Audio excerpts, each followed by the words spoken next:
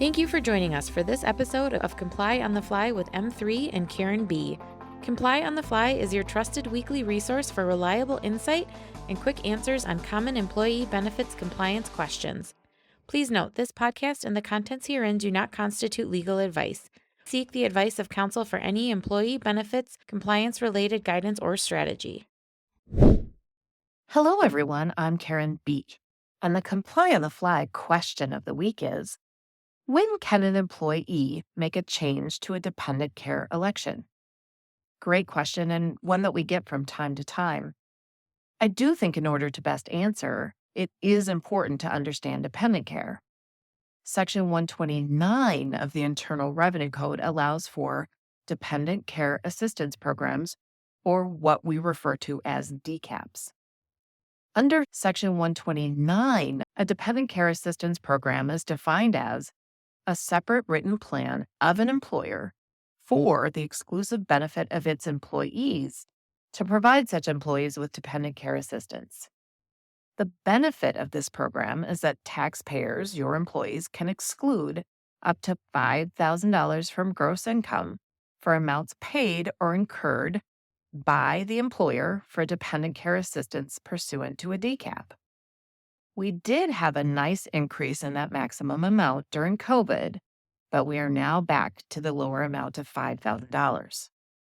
Most commonly, employers will allow employees to participate in DCAPs on a salary reduction basis under a cafeteria plan, which of course is Section 125 of the Internal Revenue Code. If you offer dependent care through your cafeteria plan, then that dependent care assistance program, or DCAP, is subject to all code requirements affecting cafeteria plan, including elections and required qualifying events to change those elections mid-year. So, under what circumstances can an employee change a dependent care election mid-year? Of course, you as the employer can restrict mid-year election changes through your plan design. But most Section 125 plans incorporate most or all of the IRS status change rules.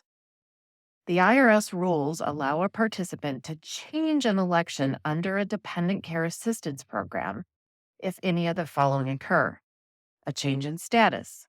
So for our DCAP purposes, various changes in status may justify a mid-year DCAP election change, such as a marital status change, a change in the number of dependents, a change in the employee's employment status, a change in residence, or a change in the actual dependent's status.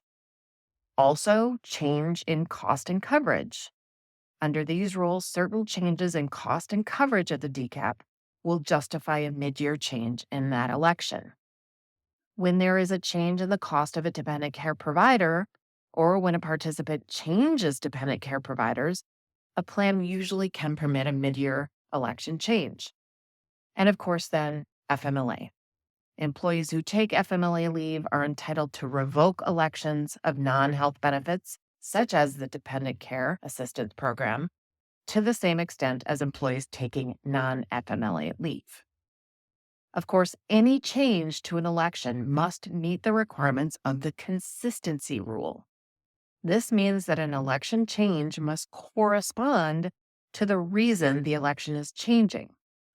For example, the employee's daycare provider moves, so the employee finds a different daycare provider for his qualifying child that happens to cost less. In this situation, the employee can decrease his DCAP election to reflect the change in that provider.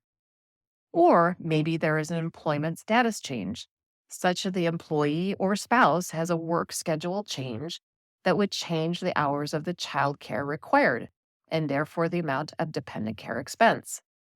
An increase or decrease in the election amount consistent with the change in cost would be allowed. Anytime you receive a request to change a dependent care election mid-year, it is best to review your Section 125 written plan document to ensure that there is a qualifying event that would allow the change, and also ensure that the change requested is consistent with the allowable qualifying event. And that is your Comply on the Fly question of the week. Thanks for tuning in.